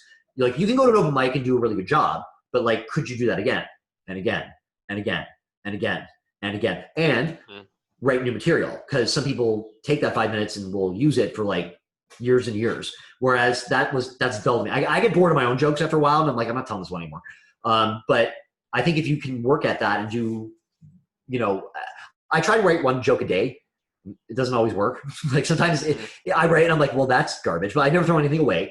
I'll look back at it and I'll go, oh my God, like that was really garbage. And then I still don't do anything with it, but I still have it. But I think that, yeah, the contest is invaluable. And even if you just enter, like that's a huge thing. And when I remember whenever I get a chance to talk about it, I said, like, you know, just doing it, showing up, that is more than most people will do. You know what I mean? Like it's easy to sit there and make comments, but it's like you get these people up on a stage, you know, these hecklers, and they melt because they can't handle the pressure of being on a stage. Like sitting in an audience in the dark, they can be a big shot. Get them up in front of the lights and like they fall like house cards. And I'm not saying I do that, but I have. Yeah. Well, it's like you don't go to a play and talk back to the characters, all right? So please don't do that when I'm on the stage. You know what I mean? Like it's, and I've only been heckled twice in my life. Same night, once by my aunt, the second was my mother. Wow, that's who crazy. had a very thin idea of what heckling meant. I said, when you talk to me from the audience, that's heckling. Yeah, exactly. Yeah. So that hey, so I'm lucky in that way. That was the worst heckling I've ever gotten. Mhm. But I've gotten yeah, some pretty bad heckles for really, sure. Yeah. where? Even like at Showtime when I did the filming for the Kojiko thing, I invited like a bunch of my friends, and one of my friends after one of my jokes goes, "I've heard that before." They yell it, and Yeah, it's like, first rule is you don't invite people you know because they're gonna be jackasses. That's the thing. They don't take it yeah, seriously, some of them, or they don't even know the etiquette around stand-up comedy, and that happens, right? And it's yeah, you just want to kill them, but at the same time they're supporting you and they're giving you a laughter, they're giving you butts in the seats. yeah. But He, it's he heard like, it before, but from me, like, yeah, you know what I mean? I was like, yeah. "What It's the not he's hell, calling man?" you out like a plagiarist, but meanwhile, like he's your buddy. But I think that if you can handle hecklers, like the best thing to do is just avoid them. Like, don't even bother. If they become persistent, though, it's like you're avoiding the gorilla in the room. Mhm. My biggest piece of advice that I was given and I give is that like don't engage them unless you know where it's going. If you have like a path you're following, you're leading them down to like zing them, good. If you just it's like like they will take over that show or they will zing you, which is even worse. And I've Mhm. seen that happen when like amateurs try and do it, and it's like no, like someone like Jeff Leeson is like mostly crowd work, and he will destroy anyone in his path, but he knows how. Mhm. You mean? So I even still I don't try and show down have I have, but it's only under like duress where it's like I have to address this because the show will suffer. And you don't see any bouncers. I don't have anything. I had to go for the eyes. You know what I mean? Like, and you have to kind of take them down. But also, it sort of sets the tone for other people. Were you there when they were that guy was heckling the Top Comic Show? Yeah, yeah. And David Green led them all, and like we all started chanting to get out. That was great. I love when I crowds. started that chant, Yeah, bro. I did you? started the na na Good for na you. na. I Emily love when made mob me. Yeah. mentality takes over for a good reason. I love that. Yeah. Let's do it. Yeah. And he didn't leave. He was in the foyer most of the time. He was Yeah. drunk, but he was like the littlest man. I know. He was trying to like start shit with me too. Like as soon as he came in, he was starting shit. He was The a gloves came off for wild little me. guy. I wanted him out because when Adam was on stage, he said something like derogatory, like he called him Mhm. like a fag. And I was like, That's fucked up. okay. And my cousin, who was bartending and doing a waitressing, she confirmed that. She goes, no, I heard what he said. Like, and I was like, okay. So then that kind of spread because I told like so many people. And then it's like, okay, if you're going to be like that level of a jerk, no, you're out. There's no room for that. Yeah, And and it's a competition. Like what the fuck? Like you're like, fucking yeah, up people this prepared person's so chance. hard. Yeah. This is their chance, and you're fucking it up. Can we swear on Yeah. this podcast? Because I just Yeah. did. You can do Okay, whatever you you're want. fucking it up. Yeah. And for what? Like, so you can impress some lady at the table? This is like your office staff party? Like, what's going on here? Mhm. You can't do that. You know what I mean? I don't go to your, again, it's the old Seinfeld trope, you don't go to your job and heckle you. And then he does. Right. And that's not even true of a teacher. People heckle me all the time. You know what I mean? Like, Yeah. I have to constantly hear, this is boring. Or like, do we have to do this? It's like, yes. No more questions. I feel I like miss it teachers though. are naturally good at comedy. Like that's why like DJ Brooks just was like easy to slide. Like right when he started comedy, he was good, and just like same with you. I feel like I've never seen you guys bad because you were already Oh. doing comedy for years in Well, front of and kids. I have a captive audience in front of me every single day. Yeah, And I'm going to tell exactly. you though, teenagers are the hardest audience to make laugh because everything sucks. Everything is lame. Like they are really tough to get a laugh out of. So if I get one, it's like, and I have to sort of like, no, mind you, it's nothing I could really use because like I'll be talking about like course content.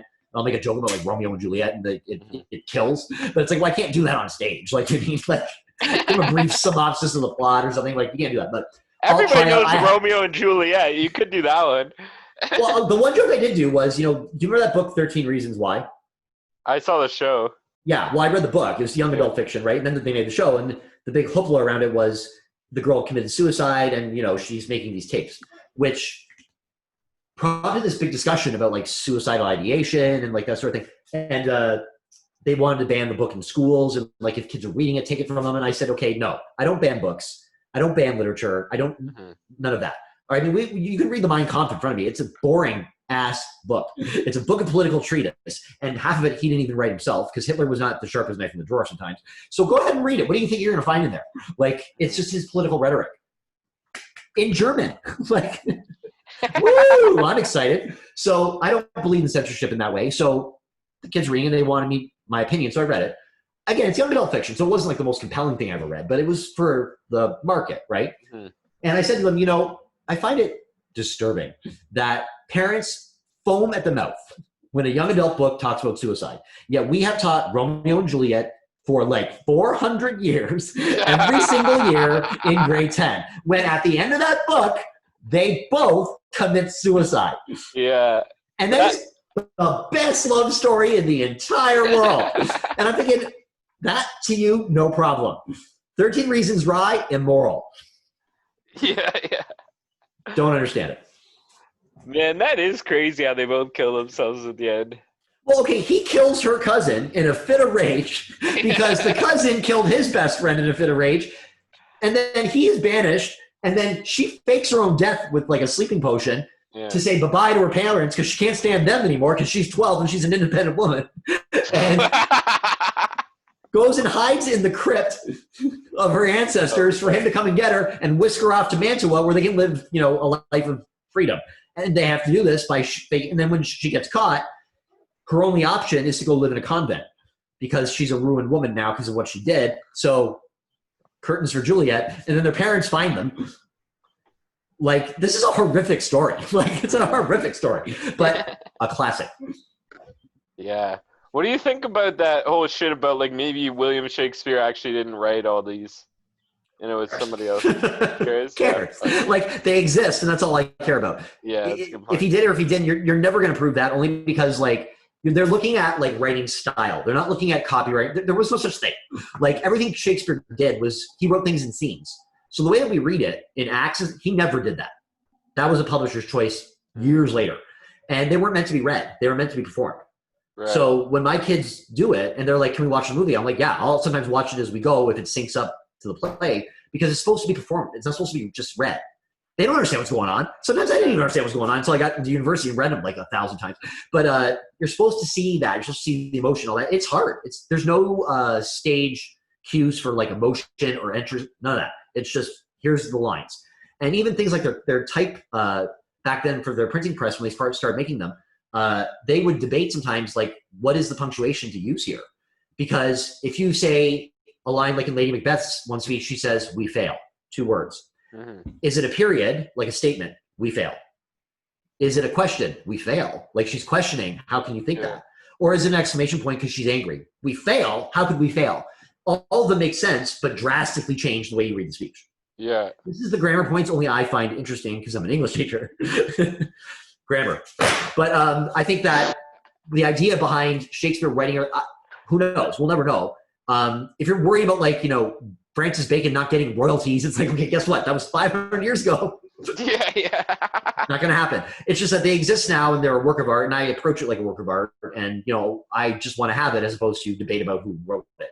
If you look at the style, there are points where I think, you know, if you're a scholar, I'm not, but I've read them extensively, that you can kind of see, yeah, like that kind of breaks with the rest of this. Like there's points, like there's one part of King Lear where the fool has a speech and I'm like, why did he just say that? Like, that's just weird. And it looks like someone else wrote it. But who knows? I mean, who knows? I mean, a lot of things are founded on plagiarism, frankly. Like, yeah, for sure. We'll just call it sampling, like in hip hop. You know what I mean? Yeah. But I think that, you know, it's interesting. I mean, even that image of Shakespeare that everyone has, like on everything you see him on, it's a very hard, like Dutch name. Like, it's like the Voorschot engraving, let's call it. And it's engraved in wood, but they really don't think it's him at all. So this image has become so iconic, but it may be a different dude altogether. And who knows? But again, if we're worried about, you know, his image being copyrighted, like the Shakespeare family don't get no those royalties anymore. Like that's over. Who cares? Over. But yeah, it's interesting. It's interesting to think about, though. I mean, I don't shy away from that, but there's a lot about that history we don't know. Totally don't. Mm-hmm. For sure. Like he wrote half his sonnets to a man. It's like, girl. Because in school, I was always told, well, they used to have passionate friendships back then, so it doesn't mean he was gay. And I was like, girl, please. Like, okay, who are you selling that to? Now, it was a Catholic board, so I think they kind of had to. But at the same time, it's like, you don't write 150 sonnets to a man if he's like your bosom buddy you go fishing with, right? They're Just like don't. text messages. I texted people 150 times. It's not professing your love of their look when they sit under a tree. You know what I mean? Like, it's a All little bit right. different. Yeah. So, and again, like, is that so terrible? Like, really, that he could have been bisexual? Like, is that the worst thing in the world? Really? I think it's great. That's awesome. Well, there's so many people that like had been whitewashed in history that were gay, and it's like now you think about it, it's like, oh yeah, like totally queer, but they don't ever talk about it. Yeah. They think it's inappropriate. I said, well, wait, why is it inappropriate? Like, I think I'm most waiting. people aren't like that close-minded anymore. You know what I mean? I feel like most people are like the world is opening up that way, and people are being more accepting. I think so too, but I live in the experience of, but still not. There's still a lot. Sure. Like, it's still like the idea that you talk about Shakespeare being gay. Like, I once got a phone call about that from a parent. Mm-hmm. Because she thought it was promoting an agenda. And I said, what is this fucking agenda everyone keeps talking about? Like, where is this gay agenda? Where is it? Like, what is it?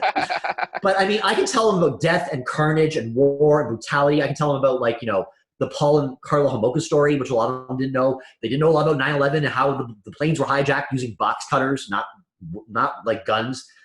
Mm-hmm. I mentioned one thing about Shakespeare being gay. I got a phone call. Inappropriate. I'm like, girl, listen. Girl. If that's all you have to do is to police my class, and again, what happened was this girl talked about it, not in a disparaging way. She was thrilled. She thought it was a great lesson. The parent had a problem with it. And I thought in my head, I really don't give a fuck what you think. Like, I mean, like, I'm not teaching you. You know what I mean? Like, keep your ass at home, you know what I mean? In your safe little bubble. But at the same time, like, when I was growing up, I never heard anything about that. I lived thinking gay people didn't exist here. They existed only in New York and LA, and that was it. You know what I mean? Like, maybe San Francisco, and that was it. Like, and I was alone. So to see that and to talk about it, like, makes it what it is reality. You know what I mean? Like, people that were famous up until the 20th century couldn't talk about being gay. Like, and there's a new series called Hollywood now that Ryan Murphy did all about that. If you were a matinee idol, you were not gay. Rock Hudson, gay. Valentino, gay. Right? But he was like the biggest, most dashing lover in silent movies, that he can't be gay. Mm-hmm. It's like, newsflash, gay. gay. So, it's a whitewashing of history, but it's like a pinkwashing, I should say. But even talking about that, like, I don't not talk about Shakespeare and the sonnets, but again, like, I say it and nothing happens. Like, the kids just kind of nod and keep going. No one goes, what? Like, there's no outrage. It's just a fact. And they keep moving. And they're like, why do you have to talk about that? It's like, because you have to, because no one does. Mm-hmm. If you don't talk about something, it dies. It goes away. And, that's the problem. Kids even in school, they don't believe that gay people are around them or in their families, or, that trans people don't exist and around them. And there's kids in my school that are trans and don't want to come to school because they're afraid. And I said, it's this kind of like off the cuff comment or attitudes that make that a reality. So I never hide it ever. In fact, you can see it from space. And I just believe that, being visible like that is important, even in comedy, because it still is very much, it's a male dominated world. And it's very much a straight male dominated, still, you know what I mean? That's nothing wrong with that.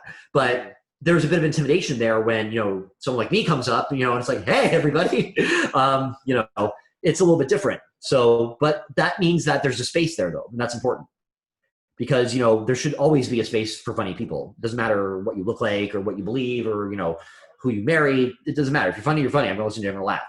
So come on up, do 5 minutes, show me what you got. Yeah, that's what my favorite thing about comedy is, probably like how diverse it is. Yeah, and just like how it's just like a one-person show, and they can do whatever they want. They can. Absolutely. Just talk. People paint even. Yeah. People, like, that was incredible. Yeah, Dan knows. Those of you in YouTube land, there was a performer who came to Top Comic this year and was painting while they were doing their set, and actually like made a legit painting. It wasn't like some abstract piece of crap. It was an actual painting of trees and like a lake. Yeah, it was like Bob Ross style, kind of like what's up here. Yeah. It was. I think the only limitation to that, though, is that you have to keep your back somewhat to people when you do it. Like you have to look at the palette. I have that painting. Well, it's at Levi's or no, he did Really? one at Taps. He did one at Taps that he gave to me for my birthday. Oh, get out. That's funny. Yeah, but I forgot it at Taps because I was wasted. And then Levi hopefully has it still, and yeah. Well, Because I'm all sure this he does. coronavirus shit happened, so I couldn't like go get it. You know what? I think that was the last show I did. It might have been at Taps with Levi. Oh Or I shit. might be wrong. Yeah. Now that you said that, I'm like, wait, something's coming back to me now. Yeah. I'm standing in the back. I remember talking to a bunch of comics, like Mike Mitchell was there. Oh, nice. Again, it's upstairs. I just don't want to go up and get it because I'm lazy. But that might have been the last one. It might not have been Showtime. Yeah, I love Tabs. It was a good room. Levi was crushing it. I love Taps. I love the space. I think that if they were able even to section that off a little more, Yeah. right by the stage, I mean, to separate the bar, would be better so the sound doesn't go out so much. If they could get the sound and keep it there, like that'd be great. Because it's hard sometimes when they're like clicking and stuff. It's like it's pretty loud, but it's still the space is beautiful. It's gorgeous. Like, and I hate when they do dishes or whatever when like the dishwasher's going and it's like a cup. Yeah.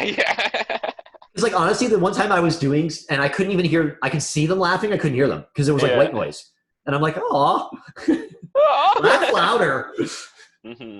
All right, it's like mimes. It's like all right, or like when those who are hearing impaired want to clap, they do this. Yeah.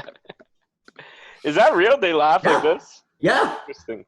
Because you can't see them if they're laughing or if they're hearing impaired, right? They do that so you can tell that it catches their attention, right? Right. That's so interesting. I've never seen anyone do it, but I've heard that's a thing. So I'm like, wow. Huh. Maybe when you're funnier, you'll see someone do it. Well, okay, think about it, though. How many stamps are you doing for deaf people? The point is that they're deaf and they can't hear you. Yeah, exactly. They're just assuming when they do this. They really liked your movements. Like for Jeff Stroop would kill it with a Like, why is his face turning purple? Oh, he's yelling. Okay. Is he wearing a dress? Yeah. Oh, man. Good stuff. Yeah. So how many of these do you do in a week? I release like 2 a day usually, or 1 or 2 a day. Wow. Yeah. That's awesome. Do you have anyone left that you still want to do, like of the people you know? Yeah, I got like a bunch of people written down that are like scheduled and stuff right here. Awesome. And I know like a wide variety of people too, so it's like, because I used to like battle rap, so like I know a bunch of battle rappers and stuff. Yeah. Did you ever tape it? Pardon? Did you ever tape it? Yeah, they're on YouTube. Like you can look up sabotage verse whatever. And it's like you just spell sabotage with an O, and then you have to click yes, I meant sabotage because it auto corrects, right? So wait. How do you spell? So you took the word sabotage, which has your name in it anyway, and you fucked with it. Yeah, I was dumb back then. I'm still dumb. Sabotage would have been fine. Yeah. Just highlight the SAB. Yeah, exactly. So what's Toge? Is it TOA? No, yeah. So one of my battles is spelled like that, but most of the time it's spelled SABOTOGE. Sabotage. Okay. And some of them even have like over 1,000 views, I think. Did you do this like publicly, like in front of people? Yeah, I would even like bet money and win sometimes. Wow. Or, like like I was 8 like Mile? Yeah. That's cool. Crazy, I gotta see that. That would be something to do with the comedy club. Yeah, it was weird. I'm like a whole different person now. I feel like it was a long time ago, right? I was like 19. It was definitely interesting. Yeah, and it's funny because like when I started doing comedy, I just kind of like watched all my old battles on YouTube, and then like just took some of the jokes from there and made it not rhyme. All my one-liners. But you could do a rap like that even as stand-up comedy. I've seen that too. Like and well, you know what I mean? Because I mean, whenever you play with the form of that is interesting. You know what I mean? Like when people take the traditional stand-up and do something different with it, like music or I mean, it's got to be good. I've seen some like do like the music thing and it's not that funny. But sometimes it's done really well. No, like you guys always, all the ones I've seen, they're always done well. Like there's only I've seen like on TV sometimes. Like I went to Just for Laughs like for like years. Well, 3 years. It makes it sound like I'm a patron and I went for 3 years. And I'd go to see the shows and like they sometimes try and do that, but it's like it's usually about something topical or about something political, and it's like, I don't know, like unless you have a really strong sense of like song and like lyric, you know what I mean? Like even syllables, like there's always just one too many, you know what I mean? So now it's like disharmony. It's like, if you have a strong sense of that, you can make something brilliant, you know what I mean? But like sometimes it's just kind of like, oh, this kind of campy and it's okay. But when it's done right, it's done really, really, really right. There was something I saw on the interweb, and I was literally thinking about doing the same idea. Now I can't because I already did it. But it's a guy, he's parodying the new Lady Gaga song, Stupid Love, but he was saying, gloves. I want your stupid gloves. I think. Or that was my idea, vice versa. Anyway, but he did the same rhythm, he did the same tempo, and like kind of nailed it, like with every lyric. Or it's about social distancing, that's what it was. The gloves was my idea. I want your stupid gloves. Like I'd be stealing them from people because like I don't have enough. But I'd be dressed like her, obviously. But in the video, like it's just the same song background, but it's him like in society trying to live, and that kind of is like the Weird Al, sort of standard, right? Where he did everything so brilliantly, and no one could ever really touch him in that, and no one ever really tried, really. But it's brilliant. But like rap battles, for example, like they're founded on comedy because like if you zing somebody really badly, it's a burn. It's clever. It's not just vulgar. It's not like, your mother's fat. It's like, it's gotta be something that's really like, and it's gotta be like, it gotta rhyme. It's gotta, it's gotta be street. You know what I mean? Like, I think it's fascinating.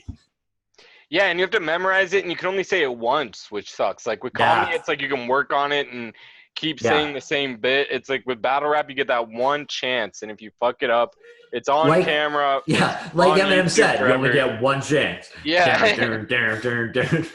Yeah. And I mean, whoever you're against will feed you something that then you could use, right? Because I did a roast battle once, and that was sort of the same thing. And it was hard. I thought I'd be really good at like insulting people quickly, but it's hard. It's very, very difficult. They told you beforehand who you're going to be against, so you could you could prepare. But it's hard. It's hard to do that because roasting, again, it's a fine line between like funny and like, ooh, like you did not just say that. Yeah, true. So that's a real challenge. But again, the ones they do with Comedy Central, like they're hysterical. Like, but again, those are people that are getting paid like lots of money, and they're making fun of like celebrities and public figures who like that's kind of what you sign up for is mockery and ridicule. Right. You're doing it to like, private citizens. You know what I mean? It's like, yeah, you're in a wheelchair and that's stupid. You can't. Like, yeah, that's a good point. You can't. You definitely can't, yeah. Or the worst is like you get somebody who's just not a good subject. Like there's nothing about them that I could necessarily find anything about. Like they're a very normal, upstanding person. Like they're just so average. Yeah, you're like, I also start making up stuff. You know what I mean? Like I don't want to call him a pedophile, but oh my god. Well, it's like give me something. You know what I mean? Like yeah, did you wet the bed at least when you were a kid? Something. Yeah. All right, this has been awesome, man. I feel like we've been talking for enough time. This is probably the longest one I've done.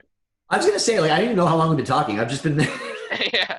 It's like my show. Like, during my show, I just stop. Like, because Kevin never gives me any signal. So I'm like, and I'm done. And he's like, okay. Because I don't have a clock. I got to start bringing a clock. But anyway, it was so good to talk to you, buddy. Yeah, you too. Thank you so much for having me on. And again, I'm going to call you on the Wednesday, so I'll talk to you about that. So we'll do a crossover episode. Okay, sick. Sounds good. Appreciate it. I get to be American Dad, though. Yeah. All right. Okay, buddy. All right, bye. You're the best. You're the best, too. Love you. Bye. Love ya. Bye.